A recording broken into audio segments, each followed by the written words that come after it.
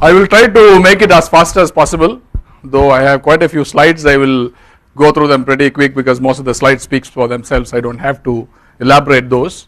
I come from a company called Temenos, which is a banking software product company based in Switzerland, and we have 50% of our people, 2,000 people working in India, the rest across the world. So that's the brief about the company. My topic actually comes from, let's say, what we had left here before the discussions, culture, how culture is embedded, and one of the biggest, let's say, values from an organization's culture is its, how much of importance it gives to ethical behavior, what is integrity as part of your value system. So that is what we come from. If you look at Temenos website, you will find that it is one of the core values that we believe in, and that subsequently is embedded in the organization. So when you talk about ethics, I think most of us somewhere or other through our life would have come across points in decision making where we decide between what is technically right, what is legally right, but what is morally right. When you talk about maybe asking someone to go or taking a decision on a particular vendor, or whatever be the decision, or maybe about much larger impact programs, but there are decision making points where it comes. How important is ethics in an organization? Because again, the speaker prior to me was talking about most of the leaders talking about business, the numbers, the quarterly results, what EBITDA and all that comes in, but do they talk about values? Is that an important factor in the organization? So that's been that is one of the points. Is integrity one of the core areas that the organization endorses? Okay, a lot of studies, lot of surveys have confirmed that yes, integrity is considered to be one of the one of the must-have, let's say, attributes for a leader, a corporate leader.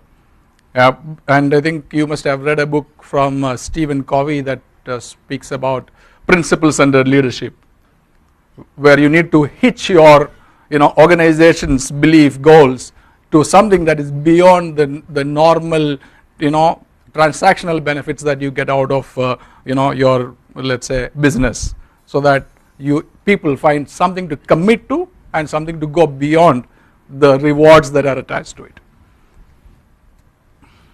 Again, surveys reconfirm, you see that CEOs and the global leaders do feel that ethics is a must-have philosophy. But at the same time, the fact is that are there enough leaders, whether it's corporate or religious, or let's say in the field of politics, all that, are there people who we can point to a friend or to a colleague or to our children and tell that this is the leader that you can follow?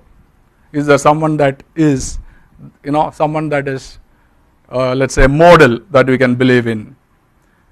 Unfortunately, let's say politicians live from election to election, or corporate leaders live from quarter to quarter, and of course religious leaders focus more on money than saving souls. So that's the kind of background that we see when we look around. So there is definitely a dearth of ethical integral leadership. Just to give you a little bit about the decision and the definitions that go with it, I think most of you are familiar with it. I'm not going into details about it. Basically, being ethical is about taking the right decisions. I think all the definitions say that, but there's one more angle to it: right decisions at the right time, because the impact of those decisions are either amplified or reduced by the kind of time frame that comes in between. So it is about taking the right decision at the right time.